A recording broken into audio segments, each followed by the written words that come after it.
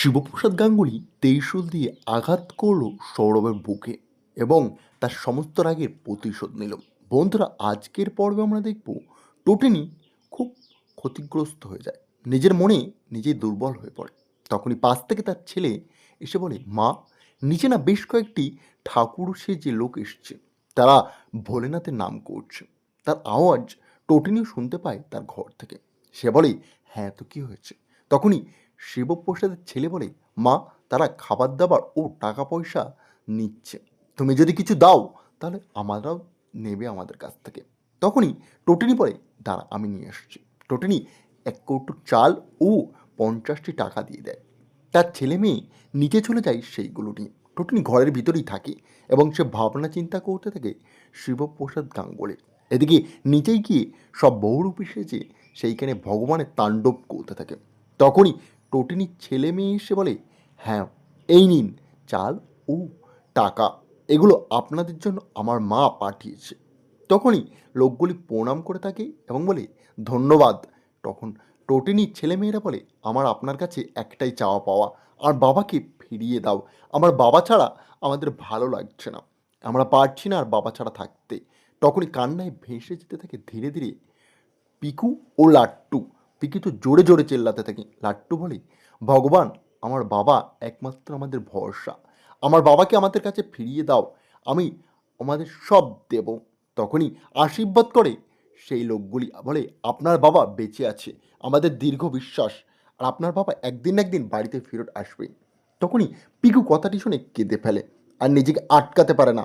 পেছন থেকেই শিবপ্রসাদ শিব ঠাকুর সেজে দেখতে থাকে আর বলে, আমি আছি বেঁচে রে, এক্ষুনি তোদের সামনে যেতে পারবো না, নাহলে আবারও তোদের উপরে হামলা করবে, তাই সঠিক সময়ে তোদের সামনে গিয়ে আমি তোদেরকে দেখিয়ে দেবো, তোরা আমাকে খুব ভালোবাসিস। তখনই শিবপ্রসাদের ছেলে বলে, আমার মা ও আমার বাড়ির লোকজন সবাই তার জন্য অপেক্ষা করছে, আমার বাবা কবে বাড়িতে ফিরবে।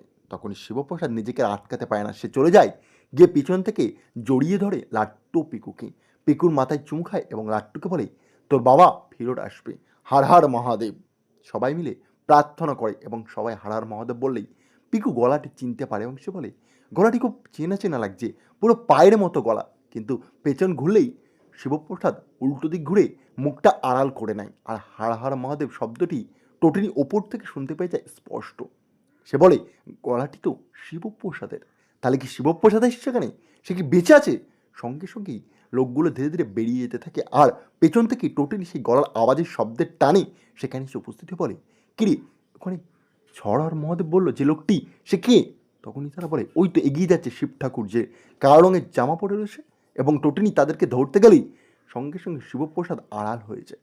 টোটেনি দেখতে পায় না শিবপ্রসাদকে, আর টোটেনি সবাইয়ের মুখ একটা একটা করে দেখতে থাকে। সে বলে, কই, এখানে তো বললো আমার ছেলেমেয়েরা 5জন ছিল, এখানে তো লোক আছে 4জন, তাহলে আরেকজন কোথায়? আর যে হার হার মহাদেব বলো, সে তো শিবপ্রসাদের গলার টোন। এনাদেরকে তো অমন কথা বলতে দেখছি না, কারোর সাথে তো মিলও খাচ্ছে না, কিচ্ছু বুঝতে পারছি না প্রভু কি হচ্ছে। টোটেনি বেশ অদ্ভুত হয়ে যায়, তার মাথাটা ঘুরতে থাকে। সে বলে, আমি কি ভুল শুনলাম তাহলে?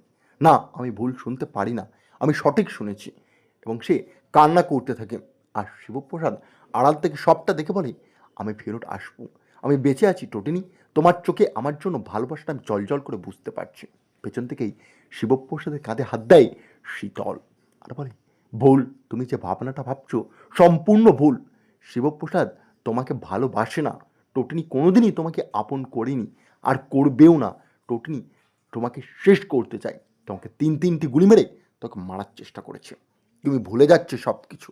তারপর টোটেনিকে দেখা হয়, টোটেনি বলে, আমি ওখানে গেলাম, 4জন ছিল, 5জন তো পেলাম না। তারপরেই তারা ঘরের ভিতরে চলে যায়। অপরদিকে স্পেশাল ব্রাঞ্চের তর্ক বিতর্ক চলতে থাকে।